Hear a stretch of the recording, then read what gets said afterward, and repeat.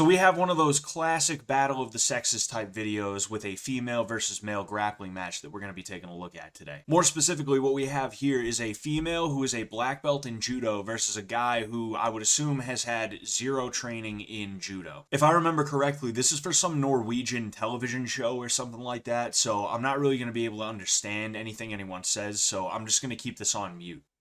Alright, and here we go. Alright, so the dude doesn't know what to do with his hands. You can tell he's kind of uncomfortable with it. He grabs both lapels, and there's a suicide throw immediately. Okay.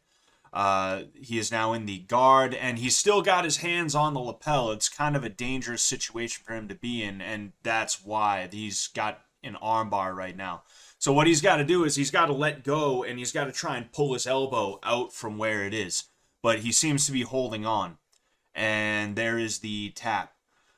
He basically gave that to her because he didn't really know what to do. And again, I said he doesn't know what to do with his hands. He's kind of got him down by his sides, and when he ended up making the grips, he really was married to having the grips up here on her gi. Alright, so she makes the grips this time. He ends up trying to make those two lapel grips again, and he went for this weird kind of throw trip thing, and she ends up just hopping to the mount, and she now has another armbar right now. He, again, doesn't really quite know what to do with it. He needs to let go, and there is the tap again. So they're just taking it right from there. He ends up rolling into a guard, and she didn't even have to really sweep. He just kind of fell over because he didn't know what to do with his own weight. And there is another armbar because he just will not let go of those lapel grips. Lapel grips are not bad. Having two of them is not really a thing that you want, but lapel grips are not bad on their own. The issue is that you need to know when to make them. He would be better off going lapel, right? Grabbing the lapel and then also the sleeve or the elbow or anything like that. And when he ends up in the guard, he needs to let go of those, especially when he ends up in the mount. So he's going for those double lapel grips again. And it looks like he's trying to set up that weird quasi throw that he was going for a second ago. It's a very new guy-ish thing to kind of try and get someone to run over your leg like that. And he ends up going for it again. She just jumps the mount again. So right now she's kind of airplane down on top of him, but she's posturing up, and he's still got the lapel grip, which is why she ended up getting that armbar again. It is not a mistake. It is not an accident or a coincidence that every time he's been tapped out, it's been because of an armbar. It's because he refuses to let go of the lapel grips.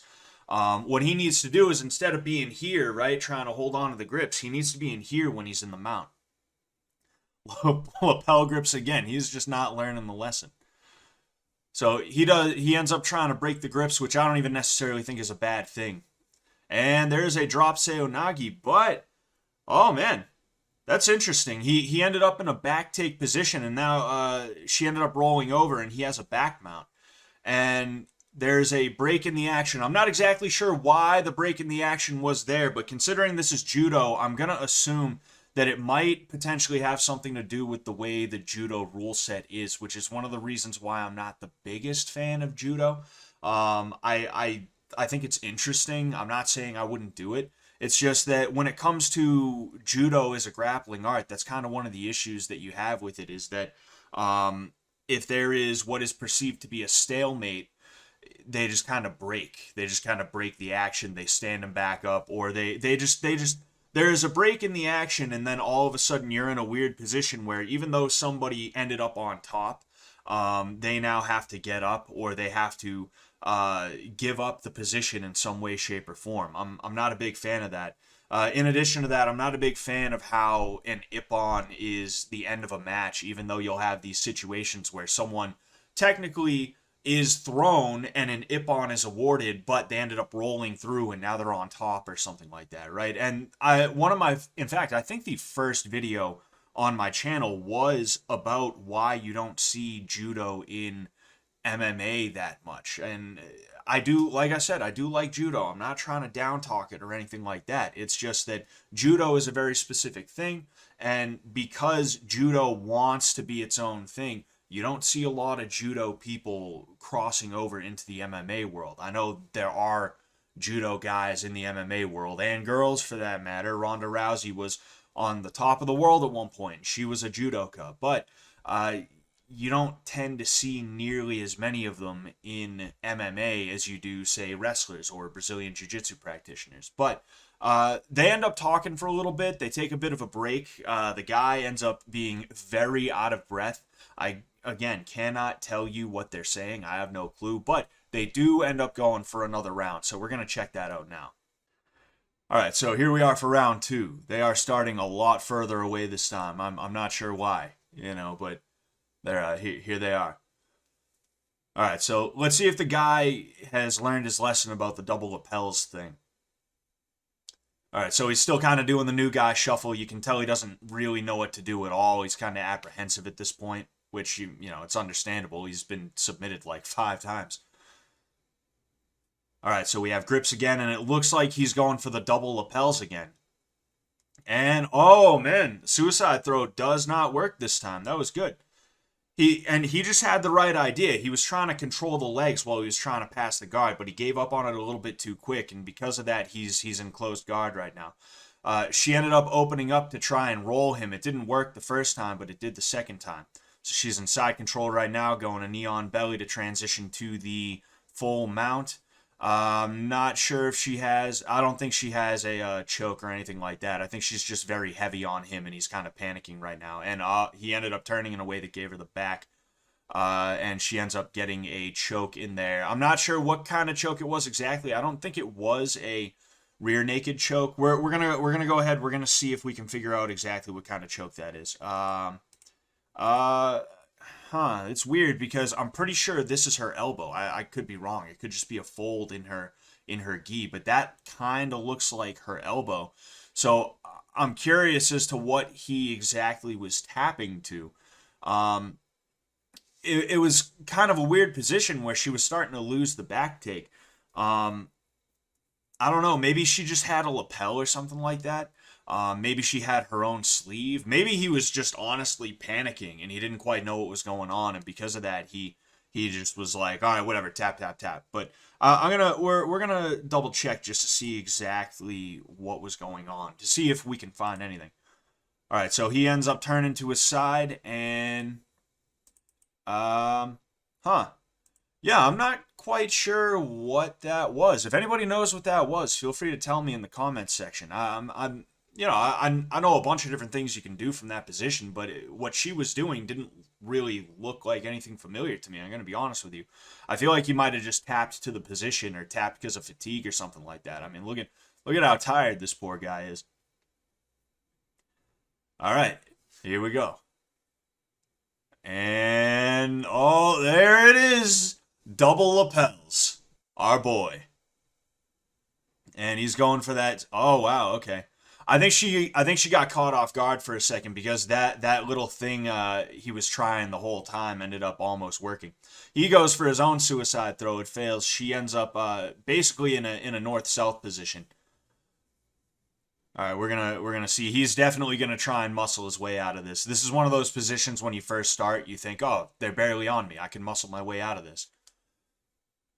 So right now she's got the belt to try and control him to make sure that he, it's going to be harder for him to muscle out. She's transitioning to side control. Knee on belly, mount, but oh, he goes out the back door. Okay, all right. And he should have just tried to get up right away. He ended up in. Ooh, is that an inverted triangle? That looks like she's going for an inverted triangle. Oh no. All right, so she's got side control again. Looks like she might be setting up an armbar, but I am not 100. Oh, yeah, there it is. There it is. She's trying to set up the armbar. He's doing a smart thing, and he's clamping his arms together, and it's making it more difficult. But I don't think he quite knows. You see, there it is. I was going to say, I don't think he quite knows how to escape an armbar or anything like that. There's a couple ways you can do it in that situation. But if you don't know how to do it, you just don't know how to do it. That's just how it is. So that is the, 5th or 6th armbar that he has tapped to. I will say he did a lot better this time around. Good for him. Seems like this is the end. Look, These videos are always the same, okay? Typically, you're never going to see a video where it's a black belt guy versus a white belt girl, right? Whether it's a black belt guy who's like 6'4", 280 pounds versus a white belt girl who's like 5'3", 135 pounds, or if it's a basically the inverse, kind of more like this. You're never gonna see one of these videos on Reddit or like anywhere else where the guy absolutely tools on the girl, and it's just a weird situation because we all know that men are stronger than women, and when you take a man and a woman who are equally as trained, typically the man is going to end up coming out on top, right? That's typically going to be the case. These are always posted to try and prove a point, though. It's always something about like, girls can hang, and look, I mean, this girl is better at this than this guy, and that's because she's put years and years and years of practice into this skill set. Meanwhile, if he has trained, he's only trained a little bit, right? I think that back take was a big fluke. I think it's one of those things where you don't know what you're doing, you just decide you're going to try something, and it ends up paying off, right?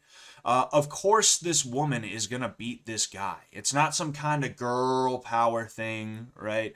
It's not some kind of big moment where something is proven or something like that. It would look extremely bad on this woman if she was not able to do everything she did to this guy, right? And it even almost kind of looks a little bit strange. I won't say bad, but it looks a little bit strange that he was able to get that back take, that he was able to end up in some of the situations he was able to end up in. Now, you could chalk this up to her knowing that he's not really that much of a threat, and because she took him so lightly, he was able to kind of sort of, have his way every now and again, just a little bit, especially with that throw that he almost ended up getting. That was kind of funny to see. You could definitely tell she was kind of having a good time, and then all of a sudden she was like, "Oh, I got a post," right? Dang, he almost got me. Really, at the end of the day, all this proves is that if you put 10 or more years into a fighting art, you're going to be able to beat up people who have put 0 years into a fighting art. Overall, though, it was an interesting video. I did like it, and I will be reviewing more of these in the future, so stay tuned for that. That's all I have for you today, though. If you like this video, leave a like and also sub for more. If you have any comments, feel free to leave them down below. And if you have any questions for me, feel free to hit me up on Instagram, @ScottSullivanMMA. I like to make question and answer videos for people who ask me questions. Other than that, thank you very much for watching, and until next time, good luck out there.